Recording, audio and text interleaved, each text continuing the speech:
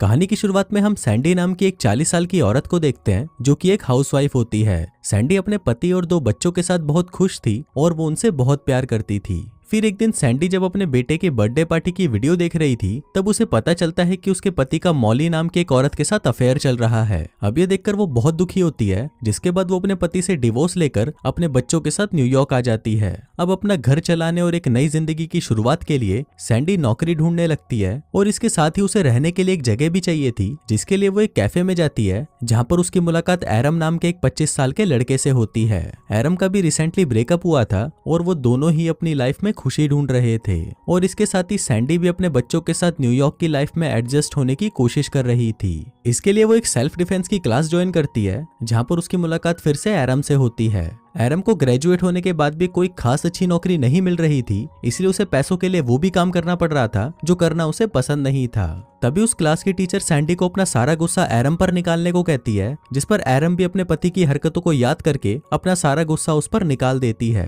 पहले तो वो उसे गंदी गंदी गालियां देती है और फिर वो उसे कुत्ते की तरह मारना शुरू कर देती है। इसके बाद अगले दिन सैंडी एरम से कल की हरकतों के लिए माफी मांगती है और उससे पूछती है कि क्या वो उसके बच्चों का बेबी सिटर बन सकता है, जिस पर एरम भी उसे हाँ बोल देता है। फिर उस रात जब एरम बेबी सिटर के लिए सैंडी के घर पर आता है तब उसे पता चलता है कि सैंडी के बच्चे बहुत अजीब हैं। फिर सैंडी उसे वहीं छोड़कर एक आदमी के साथ डेट पर चली जाती है, पर वो आदमी तो एक नंबर का गधा था और वो सैंडी के साथ काफी अजीब हरकतें कर रहा था, जिससे वो उसके साथ कंफर्टेबल नहीं हो पाती। वहीं घर पर एरम धीरे धीरे सैंडी के बच्चों का दोस्त बन गया था, पर दूसरी तरफ वो आदमी तो सैंडी के साथ और भी अजीब हरकतें कर रहा था। अब सैंडी इन सब चीजों से परेशान हो चुकी थी और वो वापस अपने घर आ जाती है। घर पर एरम ने बच्चों को सुला दिया था और फिर सैंडी एरम को अपनी खराब डेट के बारे में बताने लगती है। फिर अगली सुबह जब एरम कैफे में काम कर रहा था तभी वहां पर सैंडी के दोनों बच्चे आते हैं और उसे बोलते हैं कि उनकी मां मर चुकी है। अभी सुनते ही एरम भागकर उनके साथ उनके घर पर आता है, पर जब वो वहां पर सैंडी को चेक करता है तो वो बच्चों को बताता है कि वो मरी नहीं बल्कि सो रही है। इसके बाद हम सैंडी को देखते हैं जिसकी लाइफ अब पहले से बेटर हो चुकी थी और उसे अपने काम में भी प्रमोशन मिल रहा था। अब क्योंकि सैंडी का काम भी बढ़ रहा था इसलिए वो एरम को परमानेंट बेबी सिटर की जॉब ऑफर करती है,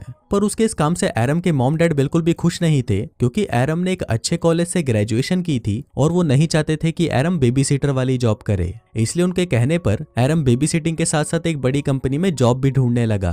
अब धीरे धीरे वक्त बीतने लगा और एरम सैंडी और बच्चों के और भी नजदीक आने लगा।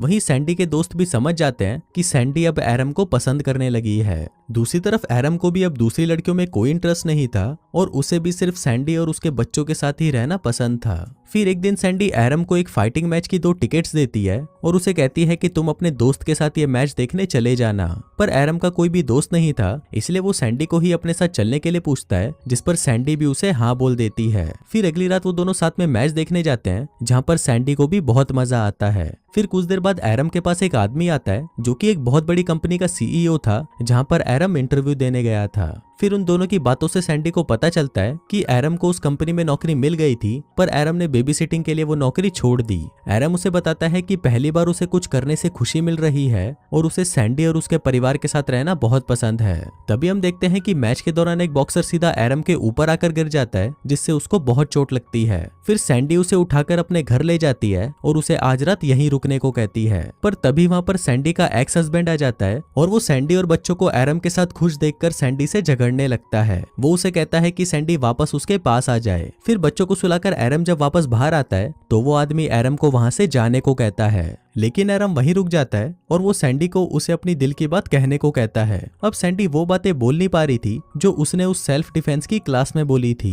पर जब एरम उसी की बातें उसे वापस बोलने लगता है तब सैंडी भी वही बातें बोलना शुरू कर देती है और वो अपने एक्स हस्बैंड को गंदी गंदी गालियां देने लगती है। सैंडी ने अपने हस्बैंड को वो सारी बातें बोल दी थी जो कई सालों से उसके दिल में थी। फिर अपने पति को वहां से भगाने के बाद सैंडी एरम को कहती है कि कल वो उसे अपने साथ डेट पर ले जा रही है। फिर अगले दिन जब एरम अपने दोस्त को बताता है कि वो सैंडी के साथ डेट पर जा रहा है तो उसके दोस्त को ये सुनकर बहुत बुरा लगता है, क्योंकि उसी रात उसका एक स्टेज परफॉर्मेंस था और वो चाहता था कि एरम भी उसे देखने आए। अब एरम अपने दोस्त को नाराज नहीं कर सकता था, इसलिए वो शाम को सैंडी के साथ उसका शो देखने के लिए आता है। फिर शो खत्म होने के बाद वो सैंडी को अपने साथ एक पार्टी में ले जाता है, जहाँ पर वो दोनों एक दूसरे के करीब आने लगते हैं। पर तभी एरम को वहाँ पर उसकी एक्स गर्लफ्रेंड मिलती है और वो उसे कहती है कि वो उसके पास वापस आना चाहती है, पर एरम उसे इग्नोर कर देता है और वापस सैंडी के पास चला जाता है। पार्टी खत्म होने के बाद वो दोनों घर पर आते हैं और साथ में इंटीमेट होने लगते हैं। पर तभी वहां पर सैंडी का बेटा उन्हें मजे करते हुए देख लेता है, जिसके बाद अगले दिन एरम खुद ही सैंडी के दोनों बच्चों को उसके और सैंडी के रिलेशनशिप के बारे में बता देता है। दूसरी तरफ सैंडी भी अपने दोस्तों को अपने रिलेशनशिप के बारे में बता देती है कि उसे अपने बच्चों के बेबी सीटर से ही प्यार हो गया। फिर अगले दिन एरम सैंडी को अपने मॉम डैड से मिलवाने के लिए उनके घर लेकर आता है, पर वहां पर सैंडी एरम की मॉम की हरकतों से समझ जाती है कि उसकी मॉम को उन दोनों का रिलेशन पसंद नहीं है। पर सैंडी को इससे कोई फर्क नहीं पड़ता,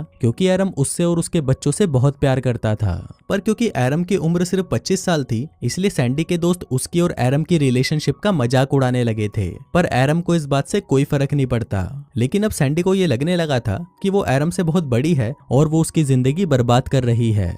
फिर एक दिन ऑफिस में काम करते हुए सैंडी को बहुत ही अजीब फील होने लगता है और तब उसे पता चलता है कि वो प्रेग्नेंट है। फिर रात को सैंडी इस बारे में एरम को बताती है, जिसको सुनकर पहले तो एरम घबरा जाता है, पर फिर बाद में वो सैंडी को कहता है कि वो भी यही चाहता है कि सैंडी और एरम हमेशा साथ में रहें। फिर अगले दिन जब वो दोनों डॉक्टर के पास जाते हैं तो डॉक्टर उन्हें बताता है कि सैंडी प्रेग्नेंट तो है, पर वो इस बच्चे को जन्म नहीं दे पाएगी क्योंकि उसकी उम्र बहुत ज्यादा है। अभी सुनकर सैंडी परेशान हो जाती है और बाहर आकर वो एरम से झगड़ने लगती है। झगड़े के दौरान वो एरम से कहती है कि उनका साथ में रहना सही नहीं है, क्योंकि वो उससे 15 साल बड़ी है और उनका रिलेशनशिप आगे नहीं चल सकता। अब क्योंकि उन दोनों का साथ में कोई फ्यूचर नहीं है, इसलिए वो दोनों अब साथ में नहीं रह सकते। और ये बोलकर सैंडी वहां से चली जाती है। अब इसके बाद वो दोनों अलग हो जाते हैं और एरम अपनी बेबी सिटिंग की जॉब छोड़कर ट्रैवल करने के लिए दूसरे देशों में चला जाता है। लेकिन एरम अलग अलग देशों में घूमने के बाद भी सैंडी और उसके बच्चों को ही याद कर रहा था। वहीं दूसरी तरफ सैंडी एक अच्छी माँ बनने की कोशिश कर रही थी और उसे अपनी जॉब में भी एक और प्रमोशन मिल गया था।